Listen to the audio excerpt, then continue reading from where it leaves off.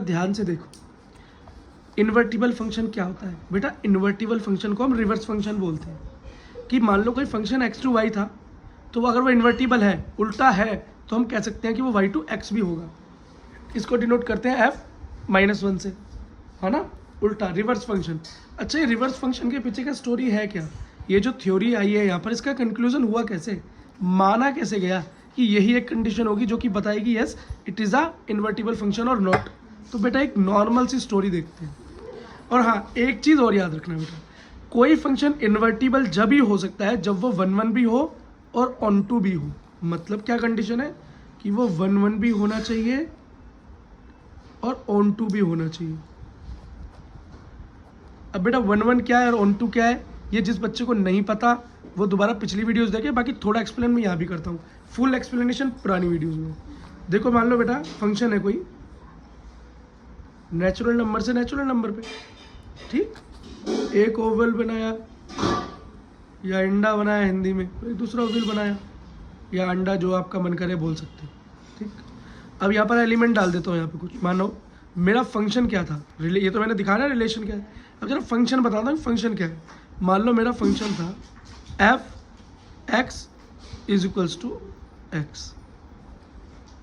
मेरा फंक्शन क्या है, f(x) इक्वल्स टू x, कि x डालूं और x आ जाए। और नेचुरल नंबर की बात हो रही है, तो इधर कोई भी नेचुरल नंबर डालूं और वहाँ भी मुझे वही मिले।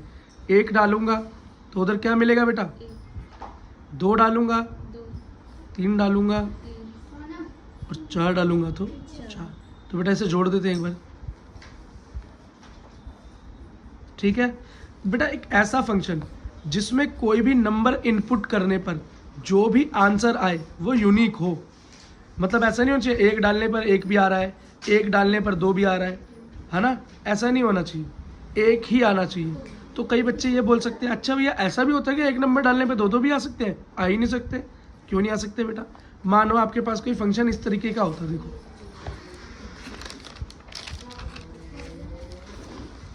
मानो आपके पास कोई फंक्शन बेटा इस तरीके का होता, नेचुरल नंबर में आपको फंक्शन दे देता x²,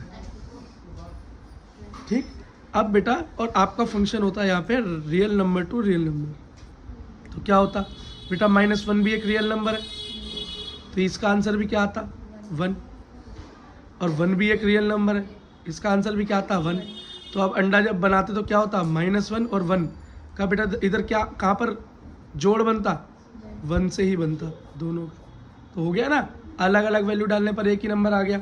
तो बस यही है बेटा, ये 1-1 फंक्शन क्या हो, जब ऐसी कंडीशन ना हो जो भी बता रहा हूँ। कंडीशन क्या हो कि यूनिक नंबर डालूं और यूनिक आंसर मिले, तो ये 1-1 है, 1-1। मान लो ये x डब्बा है और ये y डब्बा है, ये डब्बा या अंडा है जो आपका मन करे।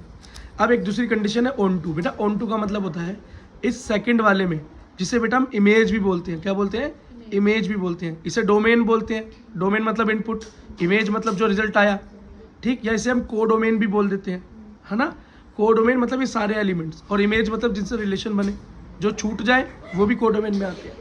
तो बेटा ऑन टू फंक्शन क्या है, जिसके अंदर यहाँ पर एक भी एलिमेंट बिना रिलेशन के ना रहे, कोई भी रहा तो नहीं ना, सबके साथ जोड़ा बन गया, तो ये ऑन टू फंक्शन भी है।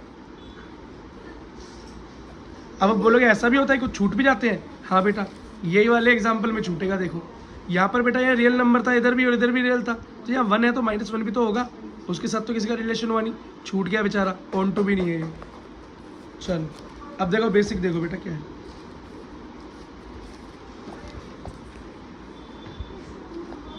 अब बेटा 1-1 भी है, ऑन टू भी है, तो मैं कह सकता हूँ ये रिवर्सिबल फंक्शन है, इन्वर्टिबल फंक्शन है, उल्टा लिखा जा सकता है। तो जरा चेक करो, जब इसे बेटा उल्टा लिखेंगे तो ये वहाँ भी 1-1 और ऑन टू ही होना चाहिए, ठीक। अब मैं इसको ठीक उल्टा लिख लेता हूँ, यहाँ y है, इधर कर देता हूँ y को,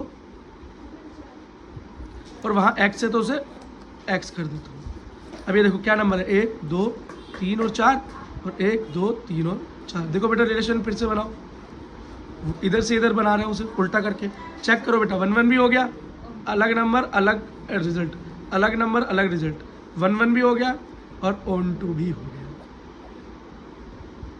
ठीक। तो बेटा अगर ऐसा कोई कंडीशन बनती है कि 1-1 हो और ऑन टू हो, इसलिए तो बोलते हैं कि रिवर्स हो सकता है, कि हम इसको ऐसा भी लिख दें x से y और y से x भी लिख दें, तभी भी कोई दिक्कत नहीं है। तो 1 1 और ऑन टू होना ज़रूरी है।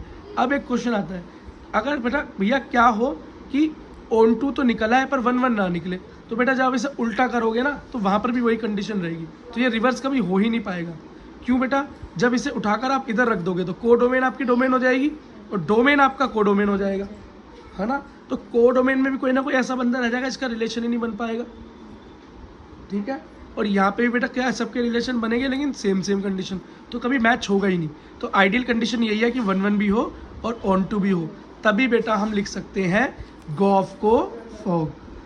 अब बोलोगे भैया गॉफ क्या है और ये फॉग क्या है, तो थोड़ा सा ये और देख लो और फिर छुट्टी देता हूँ।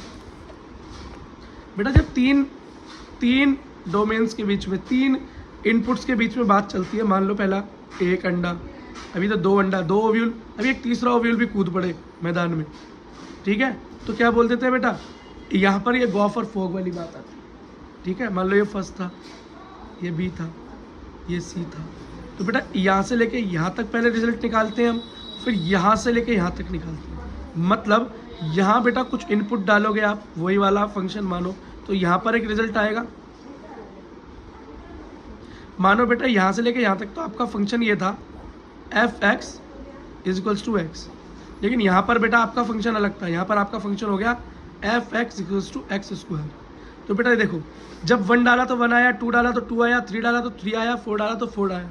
लेकिन बेटा आप यहाँ पर ये जो लास्ट सी है, इसकी इमेज निकालने के लिए, इसकी रेंज निकालने के लिए अब इसको एज इनपुट लेंगे बी को, तो बेटा क्या निकल कर आएगा, यहाँ पर 1 डालेंगे तो 1 आएगा, 1 का स्क्वायर, 2 डालेंगे तो 4 आएगा, 3 डालेंगे तो 9 आएगा, 4 डालेंगे तो 16 आएगा। समझ में आ गया? तो बेटा अल्टीमेटली जब हम तीनों का रिजल्ट एक साथ लिखेंगे ना, एक साथ, तो उसको हम गॉफ कह देते हैं। अब गॉफ क्या है, मान लो यहाँ पर था g फंक्शन, यहाँ था f फंक्शन, यही है गॉफ, और कुछ भी नहीं है बेटा। अब इसका क्या लिखेंगे हम अल्टीमेटली, तो गॉफ क्या होता है, g ऑफ f(x).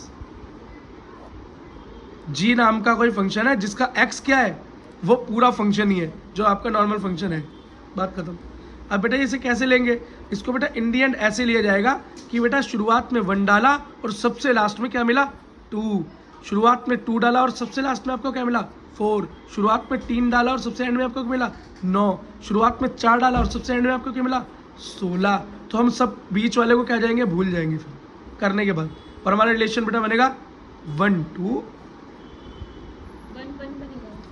1 1 2 4 3 9 4 16। समझ में आ गया होगा भाई। अब इसी को इन्वर्स लिखा जा सकता है, उल्टा लिखा जा सकता है, बस चेक कर लो ये 1 1 ऑन टू है या नहीं। और ये दिख रहा है मुझे 1 1 भी है और ऑन टू भी है, क्यों, अलग नंबर डाल रहा हूँ, अलग नंबर डाल रहा हूँ और अलग ही नंबर मिल रहा है। 1 डाला तो 1 मिला और कुछ नहीं मिला, 2 डाला तो 4 मिला और 3 डाला तो 9 मिला, 4 डाला तो 16, बचा भी यहाँ कोई नहीं। तो ये 1 1 भी हो गया और ऑन टू भी हो गया। तो इसे रिवर्स किया जा सकता है, इन्वर्स किया जा सकता है, ठीक है बच्चा। बस इतना ही बताना था, पसंद आए तो लाइक कर देना, बाय बाय।